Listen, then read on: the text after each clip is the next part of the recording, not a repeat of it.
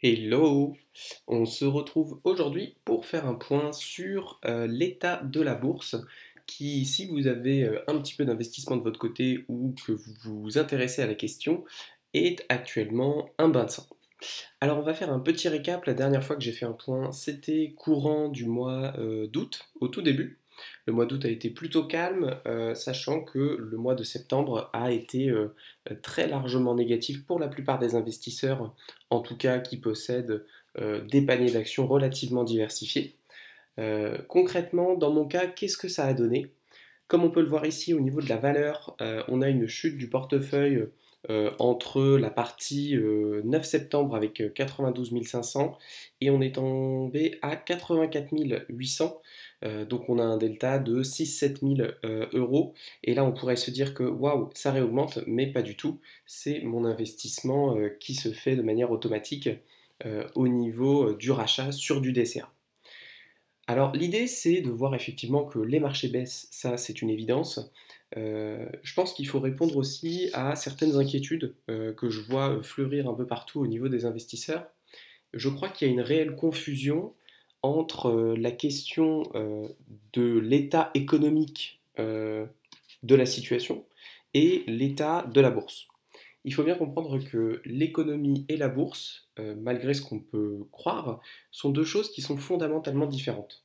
C'est-à-dire qu'aujourd'hui, l'économie, elle est l'expression au présent des échanges et de la création de valeur, mesurée avec des indicateurs qui sont pas parfaits, mais c'est ce qu'on a.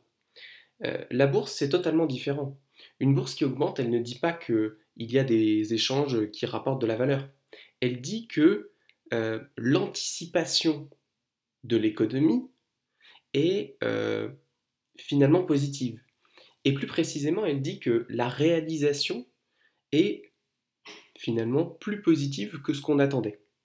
Euh, Ce qu'il faut bien comprendre, c'est que c'est ce delta entre ce qui est prévu et ce qui se réalise qui se matérialise sur une augmentation ou une baisse de la bourse. Ce que ça veut dire, c'est que vous pouvez avoir des résultats, des informations qui sont, d'un point de vue économique, des informations positives. Typiquement, une entreprise peut dire ah ben voilà, ce trimestre, on a fait plus 20% de bénéfices. Sauf que si le marché s'attendait à ce que l'entreprise fasse plus 25% de bénéfices, ben, eh bien, ces 25% de bénéfices, ils étaient déjà calculés dans le prix en tant qu'information. Et donc, dès que l'entreprise donne cette information de plus 20%, même si c'est une information positive, eh bien, il va y avoir une baisse dans la valorisation de l'entreprise. Et cette dynamique, elle fonctionne de l'autre côté. Et elle fonctionne tout à fait dans l'état dans lequel on est aujourd'hui. Aujourd'hui, les prédictions au niveau macroéconomique, elles sont globalement désastreuses, pour de très bonnes raisons. Elles sont désastreuses parce que on a des risques de coupures d'électricité qui peuvent très largement impacter les chaînes logistiques, la production industrielle.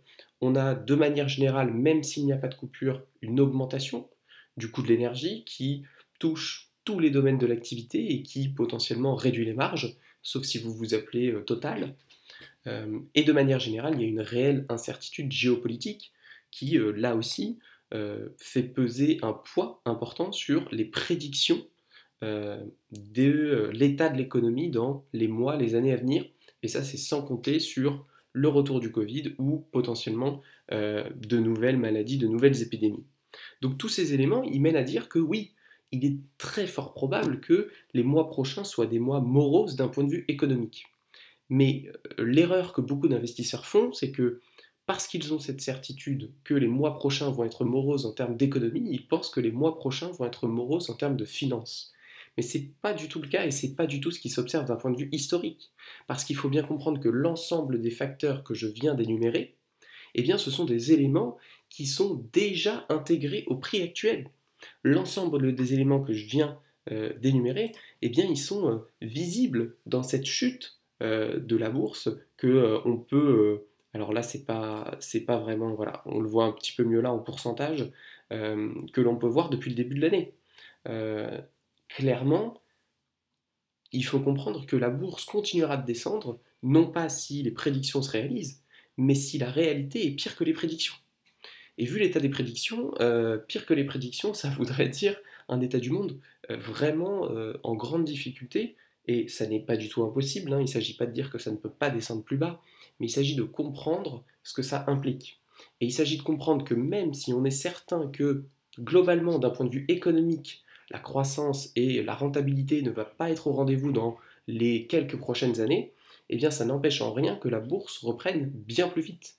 C'est exactement pour ça que la bourse, par exemple, elle plonge lors d'annonces comme l'annonce du confinement pour le Covid.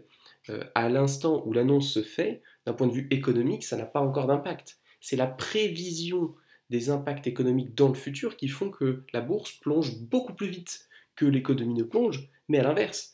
C'est aussi cette dynamique de prévision qui fait que quand ça se stabilise, ça prend beaucoup de temps à se restaurer d'un point de vue économique, mais par contre, la bourse, elle reprend en valeur de manière extrêmement rapide parce que elle est toujours un coup d'avance, elle est toujours deux coups d'avance. Et donc ça, c'est extrêmement important de le garder en tête. Euh, Encore une fois, de manière générale, il faut se souvenir aussi que on parle quand même d'un jeu qui est euh, composé de millions d'acteurs, et notamment d'acteurs beaucoup plus intelligents que vous et moi, à savoir des algorithmes comme Aladdin, qui est l'algorithme de BlackRock, et qui a pour but d'éplucher l'ensemble des informations. Et quand on dit l'ensemble des informations, il s'agit de l'ensemble des rapports scientifiques, l'ensemble des articles de presse, l'ensemble des publications d'entreprises, pour savoir si le marché est oui ou non sur ou sous-évalué. Donc c'est vrai que quand je dis euh, des, euh, des expressions d'investisseurs qui expliquent que bah oui, ils investissent pas cette année parce qu'ils attendent, ils ont l'impression que c'est sûr que ça va baisser. Si c'était si certain que ça, vous êtes certain que Aladdin aurait fait le nécessaire pour vendre ses actifs de manière à réduire le niveau des actions au niveau auquel il doit être. Donc, je pense que l'attitude la plus sage à adopter, c'est premièrement de profiter de cette baisse des marchés pour remettre au centre la question du fonds de sécurité. Effectivement, autant l'incertitude économique ne veut pas dire que la bourse va baisser, autant l'incertitude économique peut augmenter la probabilité de perdre son emploi, de voir ses loyers augmenter. Donc il est extrêmement important d'avoir un fonds de sécurité suffisant qui va permettre de ne pas être en position d'être forcé à vendre au pire moment. Donc ça, effectivement, si voir des chiffres rouges sur votre portefeuille vous rappelle que vous n'avez pas assez d'argent de côté de manière liquide, alors oui, c'est le moment d'augmenter de manière importante euh, votre fonds de sécurité. Bien évidemment, ça c'est quelque chose qui dépend de votre personnalité, qui dépend surtout de votre situation. Bien évidemment que s'il y a des gens qui comptent sur vous, si vous avez des enfants, si même vous avez des personnes à charge de manière générale, eh bien vous avez besoin de beaucoup plus d'argent de côté parce que vous ne pouvez pas faire preuve de la même flexibilité économique face au temps de crise. Mais de manière générale, pour quelqu'un qui a à peu près aucune contrainte, quelque chose comme 3 mois de dépenses de manière liquide, c'est un bon point de départ. Et si vous avez à l'inverse beaucoup de responsabilités, vous pouvez aller jusqu'à 12 mois, au-dessus de 12 mois, au-dessus d'un an, mettre ça sur de l'épargne liquide type livret A, etc., ça devient problématique, notamment avec les niveaux d'inflation. Donc ça, c'est la première chose. Être sûr qu'on est bien aligné et qu'on a bien un niveau de fonds de sécurité suffisant. Et le deuxième point, eh bien, c'est qu'il faut continuer parce que, avec le recul, c'est précisément dans ces périodes-là que l'on crée le plus de valeur.